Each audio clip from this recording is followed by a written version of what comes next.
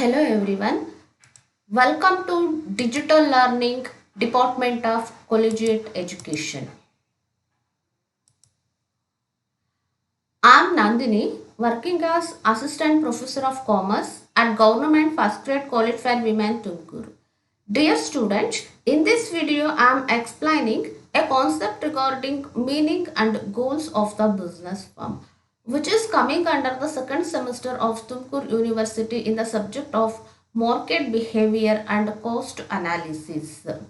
ಈ ಒಂದು ವಿಡಿಯೋದಲ್ಲಿ ನಾನು ತುಮಕೂರಿನ ಸೆಕೆಂಡ್ ಸೆಮಿಸ್ಟರ್ ಬಿ.ಕಾಮ್ನಲ್ಲಿ ಬರುವಂತಹ market behaviour and cost analysis ಸಬ್ಜೆಕ್ಟಲ್ಲಿ ಇರುವಂತಹ meaning and goals of business firm ಏನು ಅನ್ನೋದನ್ನ ನಾನು ಎಕ್ಸ್ಪ್ಲೈನ್ ಮಾಡ್ತಾ ಇದ್ದೀನಿ.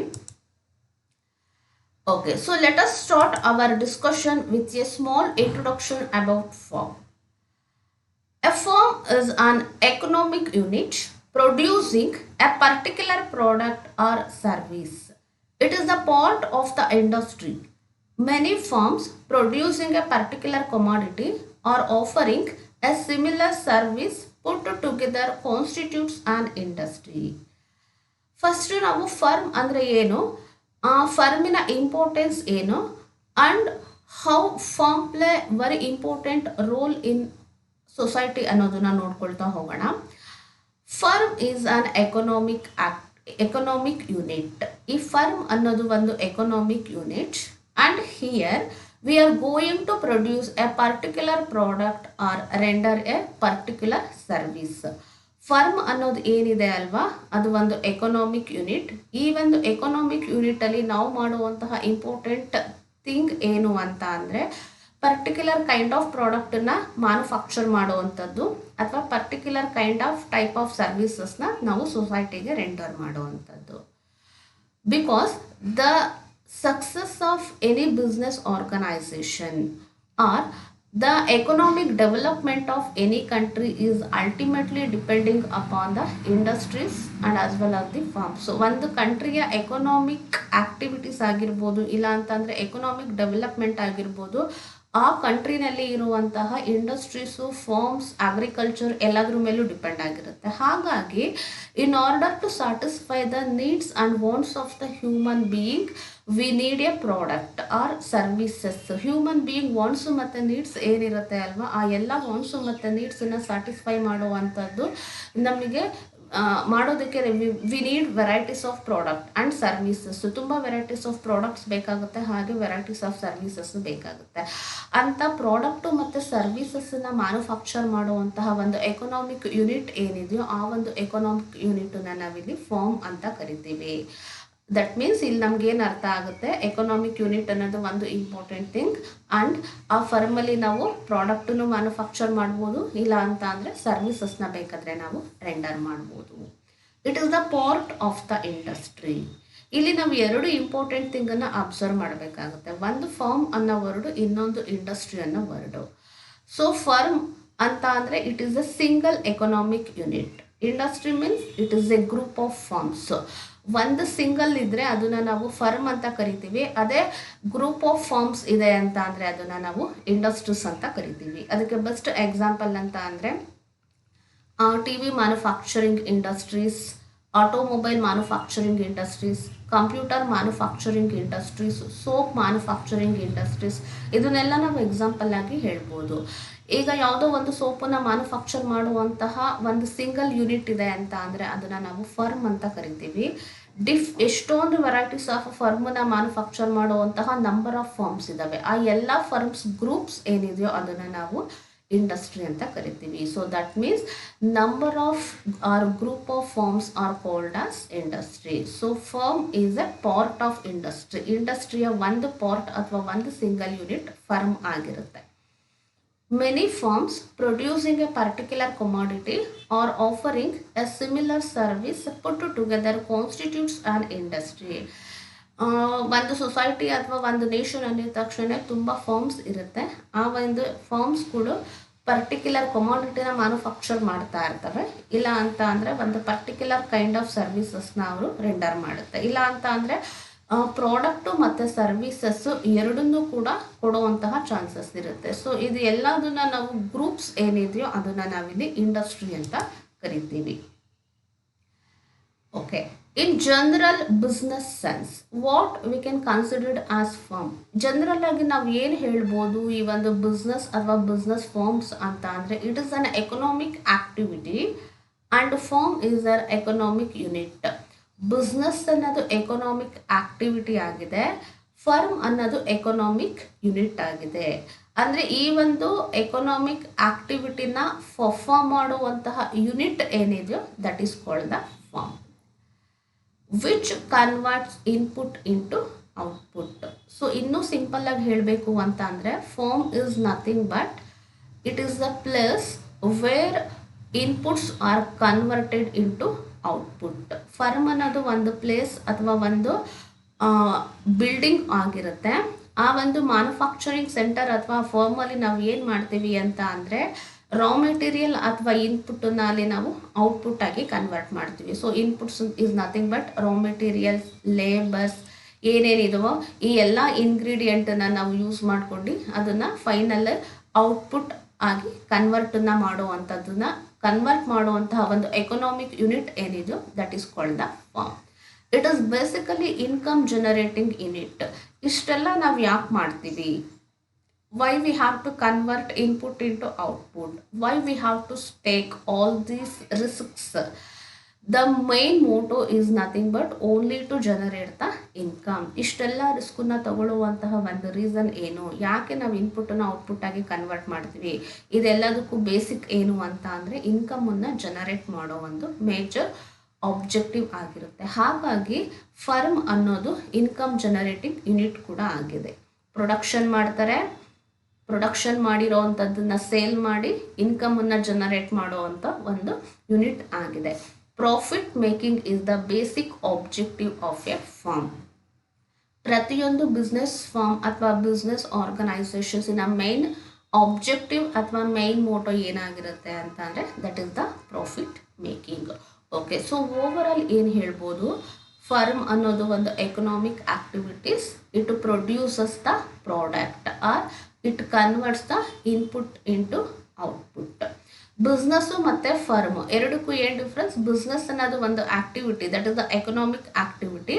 ಫರ್ಮ್ ಅನ್ನೋದು ಎಕನಾಮಿಕ್ ಯೂನಿಟ್. ಈ ಒಂದು ಎಕನಾಮಿಕ್ ಯೂನಿಟಲ್ಲಿ ಏನು ಎಕನಾಮಿಕ್ ಆಕ್ಟಿವಿಟಿನ ಪರ್ಫಾರ್ಮ್ ಮಾಡ್ತೀವೋ ಅದು ಬಿಸ್ನೆಸ್ ಆಗಿರುತ್ತೆ.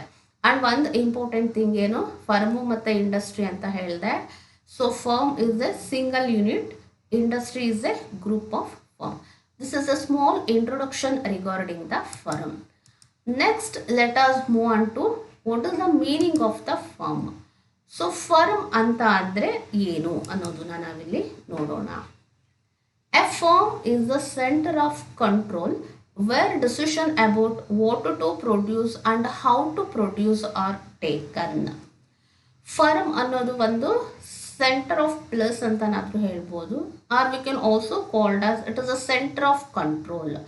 And in this center, we are going to take the decisions regarding what we have to produce and how we have to produce. ಈ ಒಂದು ಸೆಂಟರಲ್ಲಿ ನಾವು ಒಂದು ಇಂಪಾರ್ಟೆಂಟ್ ಡಿಸಿಷನ್ಸನ್ನು ತಗೊಳ್ತೀವಿ. ಸೊ ಏನು ಡಿಸಿಷನ್ಸ್ ಅಂತ ಅಂದರೆ ಏನನ್ನು ಪ್ರೊಡ್ಯೂಸ್ ಮಾಡಬೇಕು ಮತ್ತು ಹೇಗೆ ಪ್ರೊಡ್ಯೂಸ್ ಮಾಡಬೇಕು. This are the two important thing. ಯಾಕೆ ಅಂತ ಅಂದರೆ ಒಂದು ಫರ್ಮನ್ನು ಸ್ಟಾರ್ಟ್ ಮಾಡ್ತಾ ಇದ್ದೀವಿ ಅಂತ ಅಂದರೆ ಪ್ರಾಫಿಟ್ ಅನ್ನೋದು ಮೈನ್ ಮೋಟೋ ಆಗಿದೆ ಅಂತ ಅಂದರೆ, so in order to earn such profit what we have to produce and how we have to produce. ಏನು ಮ್ಯಾನುಫ್ಯಾಕ್ಚರ್ ಮಾಡಬೇಕು, ಎಷ್ಟನ್ನ ಮ್ಯಾನುಫ್ಯಾಕ್ಚರ್ ಮಾಡಬೇಕು ಮತ್ತು ಅದನ್ನು ಹೇಗೆ ಮ್ಯಾನುಫ್ಯಾಕ್ಚರ್ ಮಾಡಬೇಕು, ಇದನ್ನ ಡಿಸಿಷನ್ಸ್ ತಗೊಳ್ಳುವಂತಹ ಒಂದು ಸೆಂಟರ್ ಏನಿದೆಯೋ ಅದನ್ನು ನಾವಿಲ್ಲಿ ಫರ್ಮ್ ಅಂತ ಕರಿತೀವಿ. ಅಥವಾ ಸಿಂಪಲ್ ಆಗಿ ಇನ್ನೂ ಏನು ಹೇಳ್ಬೋದು, a firm can be understood or it is an organisation which converts input into output. ತುಂಬ ಸಿಂಪಲ್ ಆಗಿ ಹೇಳಬೇಕು ಅಂತ ಅಂದರೆ ಫರ್ಮ್ ಅನ್ನೋದು ಒಂದು organisation, that is the business organisation, and in this organisation we are converting the input into output. ಇರುವಂತಹ ಎಲ್ಲ ingredients, inputs ಅಥವಾ ರಾ ಮೆಟೀರಿಯಲ್ಸ್ ಏನಿದೆಯೋ ಅದನ್ನು ನಾವು ಔಟ್ಪುಟ್ ಆಗಿ ಕನ್ವರ್ಟ್ ಮಾಡುವಂತಹ ಒಂದು ಆರ್ಗನೈಸೇಷನಲ್ ಯೂನಿಟ್ ಏನಿದೆಯೋ ಅದನ್ನು ನಾವಿಲ್ಲಿ ಫಾರ್ಮ್ ಅಂತ ಹೇಳ್ತೀವಿ. So this is the meaning of the firm. Okay, let us see one definition regarding the firm. A firm can be defined as an input-output system that combines the resources for the production and supply of goods and services. Okay, ಈ ಒಂದು definition ಪ್ರಕಾರ firm ಅಂತ ಅಂದರೆ ಏನು ನೋಡೋಣ. On input output system. Input ಮತ್ತು output ಅಂದರೆ ಇನ್ಪುಟ್ಟನ್ನು output ಆಗಿ ಕನ್ವರ್ಟ್ ಮಾಡುವಂತಹ ಒಂದು system that combines the resources for the production. ಏನು ಡಿಫ್ರೆಂಟ್ ವೆರೈಟೀಸ್ ಆಫ್ ರಿಸೋರ್ಸಸ್ ಇರುತ್ತೋ ಆ ಎಲ್ಲ ರಿಸೋರ್ಸಸ್ಸನ್ನು ಕಂಬೈನ್ ಮಾಡುವಂತಹ ಒಂದು ಪ್ಲೇಸ್. ಆ ಒಂದು ಪ್ಲೇಸಲ್ಲಿ ನಾವು ಏನು ಮಾಡ್ತೀವಿ, ಎಲ್ಲ ರಿಸೋರ್ಸಸ್ಸನ್ನು ಕಂಬೈನ್ ಮಾಡ್ತೀವಿ for the purpose of the production and supply of goods and services.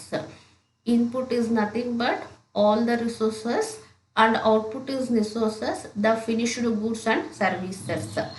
ಎಲ್ಲ ರಿಸೋರ್ಸಸ್ಸನ್ನು ಕಂಬೈನ್ ಮಾಡಿ ಪ್ರೊಡಕ್ಷನ್ ಮಾಡಿ ಕೊನೆಗೆ ಅದರದ್ದು ಬಂದಿರುವಂತಹ ಫೈನಲ್ ರಿಸಲ್ಟ್ಸ್ ಏನಿರುತ್ತೋ ಆ ಎಂಡ್ ರಿಸಲ್ಟ್ ಗೂಡ್ಸ್ ಆ್ಯಂಡ್ ಸರ್ವಿಸಸ್ನ ನಾವು ಪಬ್ಲಿಕ್ಕಿಗೆ ಅಥವಾ ಕಸ್ಟಮರಿಗೆ ಸಪ್ಲೈ ಮಾಡುವಂತಹ ಒಂದು ಸಿಸ್ಟಮ್ ಏನಿದೆಯೋ that is called the firm. ಇಲ್ಲಿ ಇನ್ಪುಟ್ ಏನು ಇಂಡಿಕೇಟ್ ಮಾಡುತ್ತೆ, ರಿಸೋರ್ಸಸ್ ಫಾರ್ ದ ಪ್ರೊಡಕ್ಷನ್ನ ಇಂಡಿಕೇಟ್ ಮಾಡುತ್ತೆ.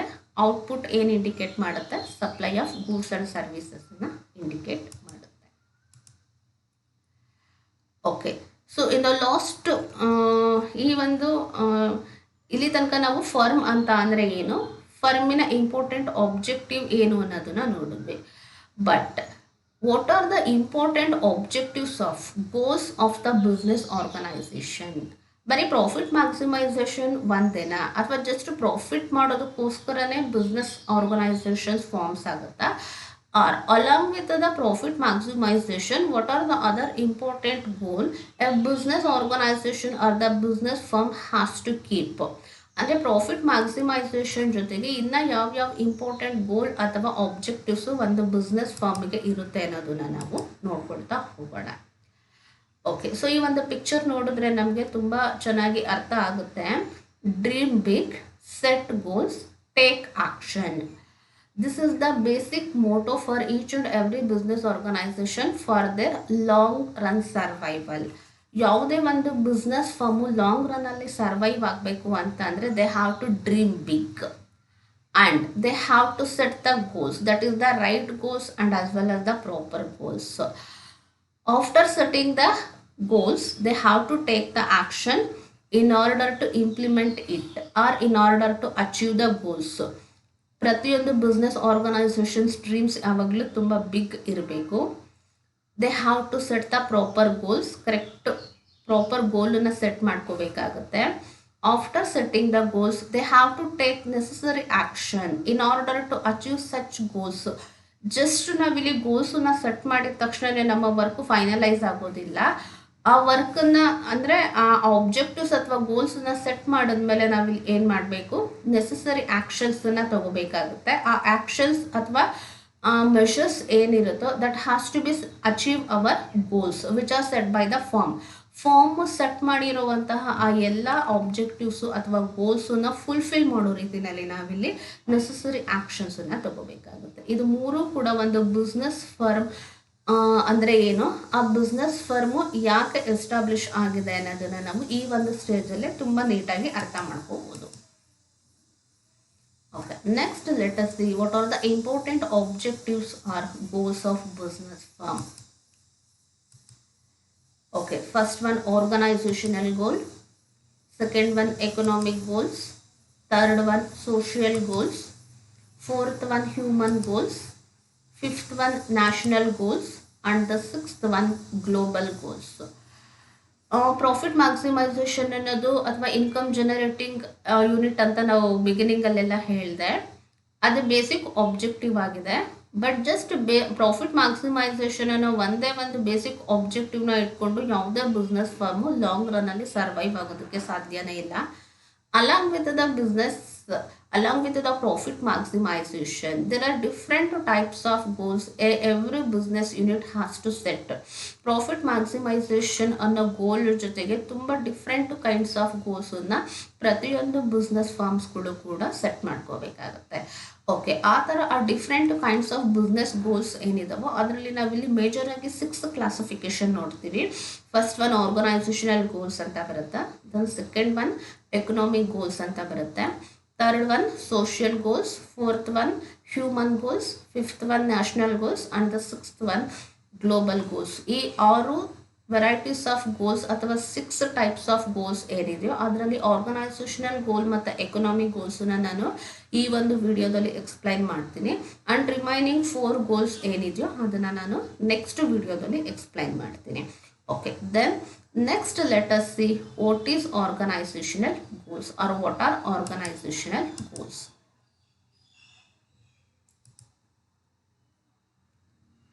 Organizational goals refers to those which are essential for the firm to strengthen itself in the market or in the economy and to expand its business empire. Okay ನೋಡಿ, organisational goals ಅಂತ ಅಂದರೆ ಈ ಒಂದು ಗೋಲ್ ಏನಿದೆಯೋ ಅದು ಎಷ್ಟು important business ಆರ್ಗನೈಸೇಷನಿಗೆ ಅಂತ ಅಂದರೆ in order to strengthen itself, because there are huge competition is always existing in the ಎಕಾನಮಿನಲ್ಲಿ ಅಥವಾ ಮಾರ್ಕೆಟಲ್ಲಿ ಯಾವಾಗಲೂ ತುಂಬ ಸ್ಟಿಫ್ ಕಾಂಪಿಟೇಷನ್ ಅನ್ನೋದು ಇರುತ್ತೆ. ಆ ಎಲ್ಲ ಕಾಂಪಿಟೇಷನ್ಸನ್ನು ನಾವು ಮೀಟ್ ಮಾಡಿ ಸರ್ವೈವ್ ಆಗಬೇಕು, ನಮ್ಮನ್ನು ನಾವು ಸ್ಟ್ರೆಂತ್ ಮಾಡ್ಕೋಬೇಕು, ನಾವು ಮಾರ್ಕೆಟಲ್ಲಿ ತುಂಬ ಲಾಂಗ್ ರನ್ವರೆಗೂ ಸರ್ವೈವ್ ಆಗಬೇಕು, ಎಂಟೈರ್ ಮಾರ್ಕೆಟ್ ಶೇರ್ನ ಕ್ಯಾಪ್ಚರ್ ಮಾಡಬೇಕು, ಸೇಲ್ಸನ್ನ ಮ್ಯಾಕ್ಸಿಮೈಸ್ ಮಾಡಬೇಕು. ಇದು ಎಲ್ಲದನ್ನು ಒಂದು ಇರುವಂತಹ ಥಿಂಗ್ ಏನಿದೆಯೋ ಆ ಒಂದು ಇಂಪಾರ್ಟೆಂಟ್ ಆಬ್ಜೆಕ್ಟಿವ್ಸ್ ಇರುವಂತಹ ಗೋಲ್ಸನ್ನ ನಾವು ಆರ್ಗನೈಸೇಷನಲ್ ಗೋಲ್ಸ್ ಅಂತ ಕರಿತೀವಿ. ಅಂದರೆ ಯಾವ್ಯಾವ ಬಿಸ್ನೆಸ್ ಆರ್ಗನೈಸೇಷನ್ಸ್ ಗೋಲ್ಸನ್ನ ಇಟ್ಕೊಂಡಿರುತ್ತೋ ಅದು ಎಷ್ಟು ಹೆಲ್ಪ್ ಮಾಡುತ್ತೆ ಆ ಬಿಸ್ನೆಸ್ ಆರ್ಗನೈಸೇಷನ್ಸಿಗೆ ಅಂತ ಅಂದರೆ ಅವರು ಸ್ಟ್ರೆಂತ್ ಮಾಡ್ಕೊಳ್ಳೋದಕ್ಕೆ, ಯಾವುದರಲ್ಲಿ ಮಾರ್ಕೆಟಲ್ಲಿ ಅಥವಾ ಎಕಾನಮಿನಲ್ಲಿ, ಹಾಗೆಯೇ ಅವರ ಒಂದು ಬಿಸ್ನೆಸ್ ಎಂಪೈರನ್ನ ಎಕ್ಸ್ಪಾಂಡ್ ಮಾಡೋದಕ್ಕೆ ಅವ್ರಿಗೆ ಆರ್ಗನೈಸೇಷನಲ್ ಗೋಲ್ಸ್ ಅನ್ನೋದು ತುಂಬಾ ಇಂಪಾರ್ಟೆಂಟ್. ಆರ್ಗನೈಸೇಷನ್ ಗೋಲ್ಸನ್ನ ಅವರು ಇಟ್ಕೊಳ್ದಲ್ಲ ಏನಾದರೂ ಬಿಸ್ನೆಸ್ಸನ್ನು ಮಾಡ್ತಾ ಇದ್ದಾರೆ ಅಂತ ಅಂದರೆ ಅವರು ಸ್ಟ್ರೆಂತ್ ಮಾಡ್ಕೊಳ್ಳೋದಕ್ಕೂ ಆಗಲ್ಲ ಮಾರ್ಕೆಟಲ್ಲಿ, ಹಾಗೆಯೇ ಒಂದು ಬಿಸ್ನೆಸ್ ಎಂಪೈರನ್ನು ಕೂಡ ಅವರು ಎಸ್ಟಾಬ್ಲಿಷ್ ಮಾಡೋದಕ್ಕೆ ಸಾಧ್ಯ ಇಲ್ಲ. Okay, then let us see what are such different varieties or various organizational goals. Okay, organizational goal ಅಂದರೆ ಏನು ಅಂತ ಗೊತ್ತಾಯಿತು. ಸೊ ಬಿಸ್ನೆಸ್ ಅವರು ಸ್ಟ್ರೆಂತ್ ಮಾಡ್ಕೊಳ್ಳೋದನ್ನ ನಾವಿಲ್ಲಿ ಆರ್ಗನೈಸೇಷನಲ್ ಗೋಲ್ಸ್ ಅಂತ ಕರಿತೀವಿ. ಸ್ಟ್ರೆಂತ್ ಮಾಡ್ಕೊಳ್ಳೋದು, ಹಾಗೆಯೇ ಅವರ ಬಿಸ್ನೆಸ್ ಎಂಪೈರನ್ನ ಎಸ್ಟಾಬ್ಲಿಷ್ ಮಾಡೋದು. Along with this, what are the other kinds of organizational goal? Let us see. First one, long run survival. Second one, establish a business empire. Third one, growth maximization. And the last one, expanding share of sale and thereby to obtain market leadership. ಈ ಒಂದು organisational ಗೋಲ್ಸಲ್ಲಿ ಯಾವ್ದು ತುಂಬ important ಅನ್ನೋದನ್ನು ನಾವು 1 by 1 ನೋಡ್ಕೊಳ್ತಾ ಹೋಗೋಣ. Basically 4 important organizational goals ಇದೆ. ಅದರಲ್ಲಿ long run survival. At the time of establishing every business concern, their main motto is they have to survive long run in the market. ಯಾವುದೇ ಒಂದು ಬಿಸ್ನೆಸ್ಸನ್ನ ನಾವು ಸ್ಟಾರ್ಟ್ ಮಾಡಬೇಕಾದ್ರೆ ಜಸ್ಟ್ 1 year ಅಥವಾ 2 years ಅಲ್ಲಿ close ಮಾಡಬೇಕು ಅಂತ ಯಾರೂ ಸ್ಟಾರ್ಟ್ ಮಾಡೋದಿಲ್ಲ. ಬಟ್ ಫ್ಯೂಚರಲ್ಲಿ ಅದು ಏನಾಗುತ್ತೋ, ಸಕ್ಸಸ್ ಆಗುತ್ತಾ ಫೇಲ್ಯೂರ್ ಆಗುತ್ತೋ, that is the secondary. But at the time of starting the business everyone must keep in their mind they would like to survive long run in the market. Success failure ಅದು secondary. But start ಮಾಡೋ ಟೈಮಲ್ಲಂತೂ ಪ್ರತಿಯೊಂದು business concern ಕೂಡ ಎಷ್ಟು ಸಾಧ್ಯನೋ ಅಷ್ಟು long ರನ್ವರೆಗೂ survival ಆಗಬೇಕು ಮಾರ್ಕೆಟಲ್ಲಿ ಅನ್ನೋದು ಅವ್ರದ್ದು ಇಂಪಾರ್ಟೆಂಟ್ ಆಬ್ಜೆಕ್ಟಿವ್ ಆಗಿರುತ್ತೆ. ಹಾಗಾಗಿ ಆ ಒಂದು ಲಾಂಗ್ ರನ್ ಸರ್ವೈವಲ್ಲನ್ನ ನಾವು ಆರ್ಗನೈಸೇಷನಲ್ ಗೋಲಲ್ಲಿ ನೋಡ್ಕೊಳ್ತಾ ಹೋಗ್ತೀವಿ. Then the second one, establish a business empire. Each and every organisation would like to expand their business and to establish a business empire, whether it is a small scale industry or it is a large scale industry. ಅದು small scale ಇಂಡಸ್ಟ್ರೀಸ್ನಾದರೂ ಆಗಿರಲಿ ಅಥವಾ large scale ಇಂಡಸ್ಟ್ರೀಸ್ನಾದರೂ ಆಗಿರಲಿ, ಅವರ ಸರೌಂಡಿಂಗಲ್ಲಿ business ಎಂಪೈರ್ನ establish ಮಾಡಬೇಕು ಅನ್ನೋದು ಪ್ರತಿಯೊಂದು business ಆರ್ಗನೈಸೇಷನ್ಸಿನ ಗೋಲ್ ಆಗಿರುತ್ತೆ. Growth maximisation.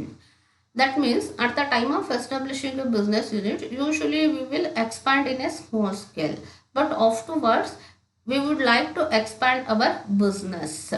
ಸ್ಟಾರ್ಟಿಂಗಲ್ಲಿ ನಾವು ಸ್ಮಾಲ್ ಸ್ಕೇಲಿಂದ ಸ್ಟಾರ್ಟ್ ಮಾಡಿದ್ರು ಅಥವಾ ಜಸ್ಟ್ ಒಂದೇ ಬ್ರಾಂಚಿಂದ ಬಿಸ್ನೆಸ್ಸನ್ನು ಸ್ಟಾರ್ಟ್ ಮಾಡಿದ್ರು ಕೂಡ ನಮ್ಮ ಫೋಕಸ್ ಏನಾಗಿರುತ್ತೆ ಅಥವಾ ನಮ್ಮ ಡ್ರೀಮ್ ಏನಾಗಿರುತ್ತೆ ಅಂತ ಅಂದರೆ, ಸೊ ಹೋಗ್ತಾ ಹೋಗ್ತಾ ಫ್ಯೂಚರಲ್ಲಿ ನಾವು ಗ್ರೋ ಆಗ್ತಾ ಆಗ್ತಾ ಜಾಸ್ತಿ ಬ್ರಾಂಚಸ್ಸನ್ನ ಎಕ್ಸ್ಪ್ಯಾಂಡ್ ಮಾಡಬೇಕು, ಹಾಗೆಯೇ ಸೇಲ್ಸನ್ನ ಜಾಸ್ತಿ ಮಾಡಬೇಕು ಅಂತ ಇರುತ್ತೆ, ಮತ್ತು ಹ್ಯೂಜ್ ಮಾರ್ಕೆಟನ್ನು ಕ್ಯಾಪ್ಚರ್ ಮಾಡಬೇಕು ಅಂತ ಇರುತ್ತೆ. Because in order to achieve the long run survival goal, ಇದು ಫಸ್ಟ್ ಒಂದು ಗೋಲ್ ಏನಿದೆ ಅಲ್ವಾ, ಲಾಂಗ್ ರನ್ನಲ್ಲಿ ನಾವು ಸರ್ವೈವ್ ಆಗಬೇಕು ಅಂತ, ಇದು ಸಕ್ಸಸ್ ಆಗಬೇಕು ಅಂತ ಅಂದರೆ ನಮಗಿಲ್ಲಿ ಗ್ರೋತ್ ಮ್ಯಾಕ್ಸಿಮೈಸೇಷನ್ ಕೂಡ ಅಷ್ಟೇ ಇಂಪಾರ್ಟೆಂಟ್. ಗ್ರೋತ್ ಮ್ಯಾಕ್ಸಿಮೈಸೇಷನ್ಸ್ ಅಂತ ಅಂದರೆ ಬಿಸ್ನೆಸ್ನ ಎಷ್ಟು ಸಾಧ್ಯನೋ ಅಷ್ಟು ಇಂಪ್ರೂವ್ ಮಾಡೋದು, ಬ್ರಾಂಚಸ್ಸನ್ನ ಎಕ್ಸ್ಪ್ಯಾಂಡ್ ಮಾಡ್ಕೊಳ್ತಾ ಹೋಗೋದು, ಪ್ರಾಡಕ್ಟನ್ನ ಡೈವರ್ಸಿಫಿಕೇಶನ್ ಮಾಡ್ಕೊಳ್ತಾ ಹೋಗೋದು.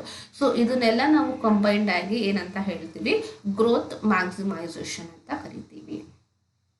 And the last one, expanding share of sale and thereby to obtain market leadership.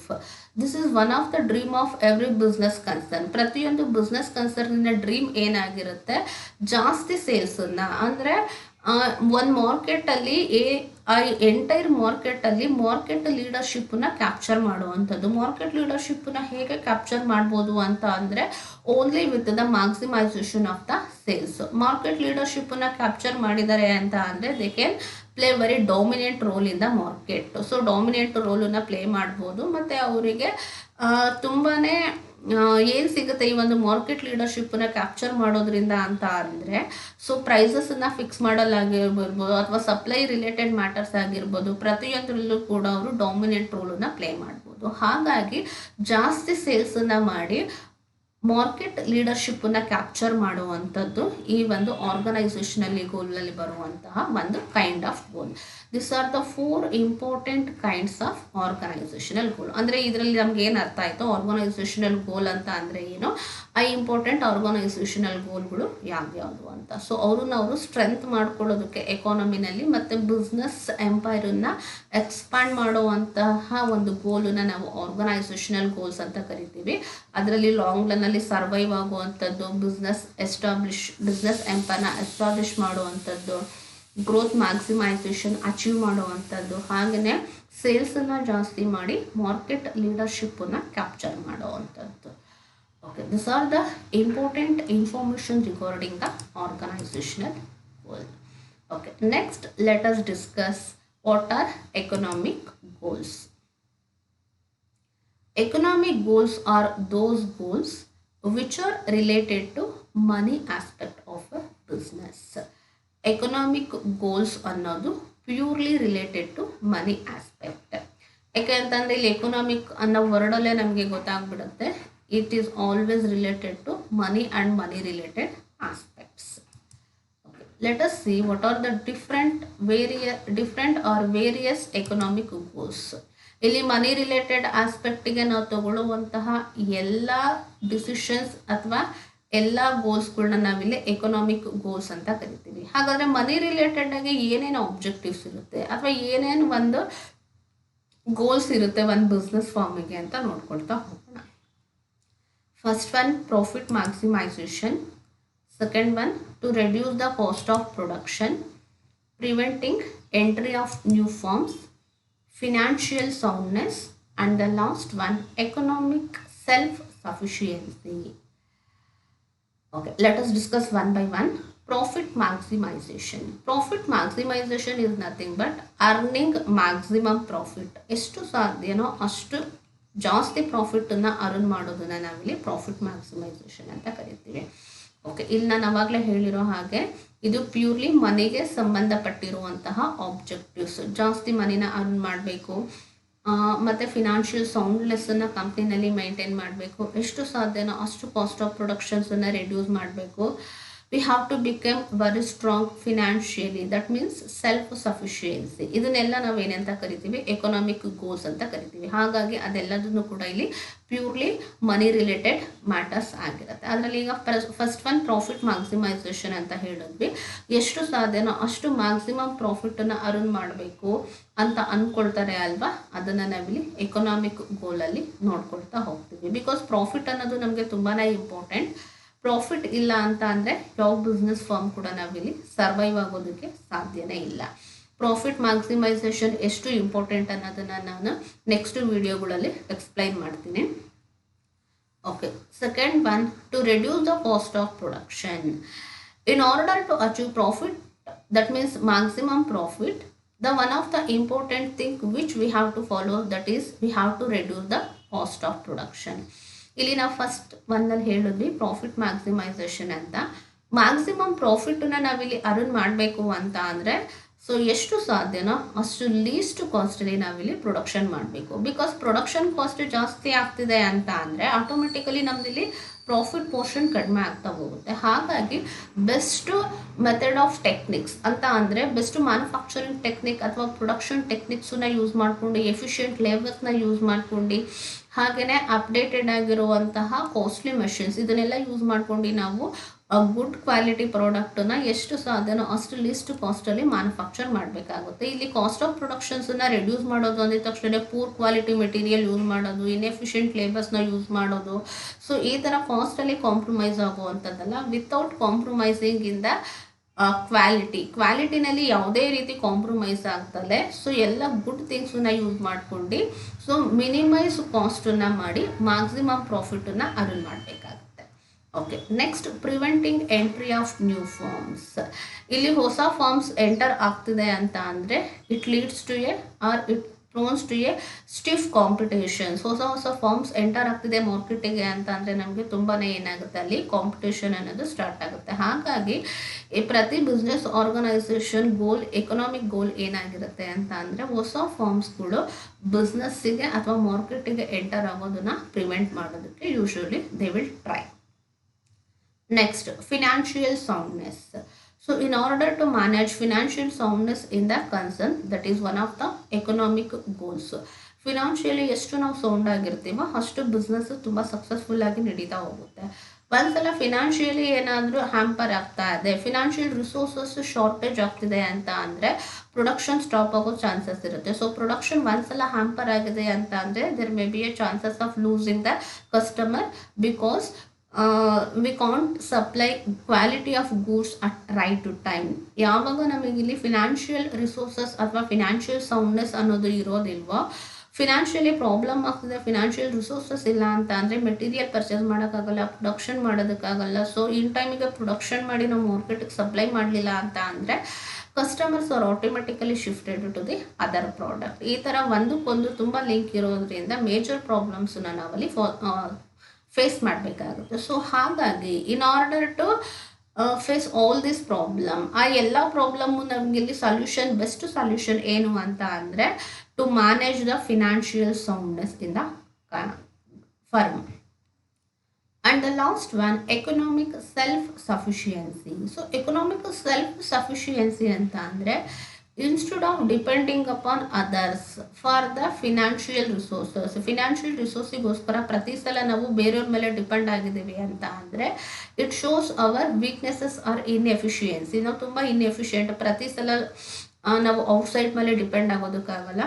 ಎಷ್ಟು ಸಾಧ್ಯನೋ ಅಷ್ಟು ನಮ್ಮನ್ನು ನಾವು ಸ್ಟ್ರಾಂಗ್ ಮಾಡಿಕೊಂಡು we have to became economically self sufficiency. ಎಲ್ಲ ಫಿನಾನ್ಷಿಯಲ್ ರಿಸೋರ್ಸಸ್ ಅಥವಾ ಬೇಕಾಗಿರುವಂತಹ ನೆಸೆಸಿಟಿ ಥಿಂಗ್ಸ್ ಏನಿರುತ್ತೋ ಅದನ್ನು ನಾವೇ ಬೇರೆಯವ್ರ ಮೇಲೆ ಡಿಪೆಂಡ್ ಆಗದೆ ಇರೋ ರೀತಿಯಲ್ಲಿ ಅದನ್ನೆಲ್ಲ ಪ್ರೊಕ್ಯೂರ್ ಮಾಡ್ಕೊಳ್ಳೋ ರೀತಿಯಲ್ಲಿ ಇರಬೇಕಾಗುತ್ತೆ. ಆ ಥರ ಅದರಲ್ಲೂ ಎಸ್ಪೆಷಲಿ ಫಿನಾನ್ಷಿಯಲ್ ಮ್ಯಾಟರ್ಸನ್ನ ನಾವು ನಮಗೆ ಬೇಕಾಗಿರೋದನ್ನು ನಾವು ಸ್ಟ್ರಾಂಗ್ ಆಗಿ ಪ್ರೊಕ್ಯೂರ್ ಮಾಡ್ಕೊಳ್ಳೋವಂತಹ ಸ್ಟೇಜಲ್ಲಿ ಇದ್ದೀವಿ ಅಂತ ಅಂದರೆ without depending upon others, that is called the economic self sufficiency. This is the meaning of economic goals and these are the 5 important kinds of the economic goals. Okay, ಈಗ ನಾನು organisational goals ಅಂತ ಅಂದರೆ ಏನು, ಹಾಗೆಯೇ economic goals ಅಂತ ಅಂದರೆ ಏನು ಅಂತ ಎಕ್ಸ್ಪ್ಲೈನ್ ಮಾಡಿದ್ದೀನಿ. ಇನ್ನು ರಿಮೈನಿಂಗ್ ಕಾನ್ಸೆಪ್ಟ್ಸ್ ಅಥವಾ 4 ಟೈಪ್ಸ್ ಆಫ್ ಗೋಲ್ಸ್ ಏನಿದೆಯೋ ಅದನ್ನು ನಾನು ನೆಕ್ಸ್ಟ್ ವಿಡಿಯೋದಲ್ಲಿ ಎಕ್ಸ್ಪ್ಲೈನ್ ಮಾಡ್ತೀನಿ. Anyway dear student, thank you for watching this video.